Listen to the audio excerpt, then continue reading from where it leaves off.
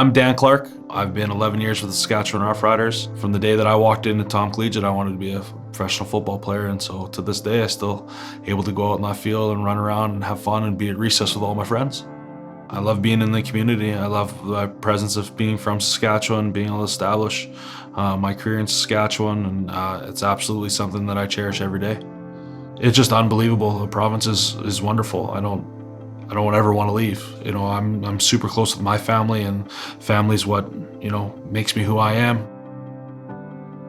With the day of what happened, it was a beautiful May day. I was on my way to Cudworth, Saskatchewan. It was the first place that the Red Cross and our Maginal Bullying program was set to. Left about 3:45, got into the car, putting my seatbelt on. I right away text my wife, I love you, I'll see you soon. Maybe taking a little bit longer, trying to get back to double lane. And then the one thing I did was I put where I wanted to, change the direction getting back to the highway in my phone on the GPS, put my earbud in, and then something said, put your phone in your pocket. So I put my phone in my pocket, started the vehicle. As I went to back up, there was school buses. And I was like, oh, no big deal. I'll go turn right. There's a little dirt road. I'll follow the dirt road beside it. Being how far we've usually travel on Red Cross is 10,000 kilometers, I believe I did last year. And being on dirt roads for a lot of it and never having an issue. Like, as I'm driving, I kind of just take a slight glance to my right. And then as I look back, there's a sharp left turn. Next thing I know, I'm flying into the door of my wife's SUV. I black out. And then I tap my pockets and I pull my phone and I call my wife. And then she goes, are you hurt? And I said, yes, I'm bleeding. And obviously my adrenaline starts wearing off and you start feeling your scratches and cuts and stuff like that. She's like, please lay down and call 911. She said, I'll figure out where you are and we'll get someone to you, I promise.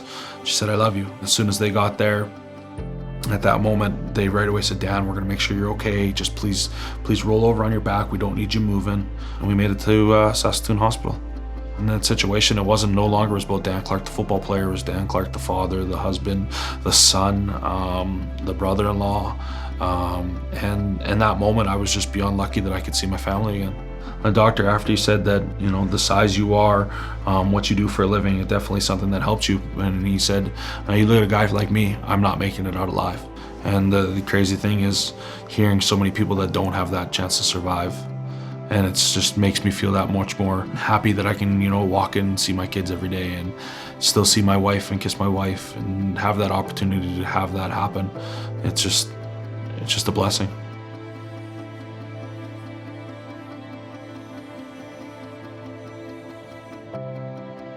My skin separated from my fat and my muscle in my hip, and that was causing me not to be able to play football. I kind of knew where I was at, and I can play through a lot of pain. I've done it before, and started doing some drills. Pain wasn't increasing, and then started like bumping up from a 5 to a 6 to a 7, and my last rep I took was a 9. And I was just like, I'm done, I can't do anymore. I got in the vehicle and my dad said, what's wrong, what's up? I said, I gotta retire. I said, I don't know if I'll be able to overcome this. To this day, I remember him looking at me, he goes, it's not about how long, it's about how long it takes, but it's about the journey. And I really was shocked by that because I didn't know what was gonna happen. I didn't expect him to it snap into me. He goes, today may have been hard, but tomorrow maybe it's gonna get easier. And then 2 days later, I had a breakthrough. I could started running, and then it allowed me to go, like I said, 20 days, and I'm officially back on the football field, contributing with the team. That's one of those things that, I never once took football for granted because I know at any moment it can be taken away from you. But it's one of those ones I'm happy to be back out there and be able to support and be able to be around my teammates.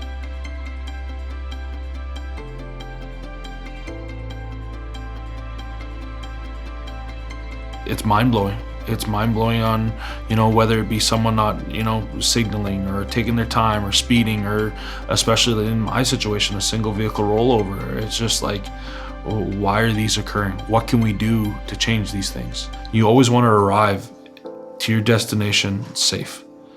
And the biggest thing is you can't do that if you're not cautious, patient, or distracted. Be smart, show up safe.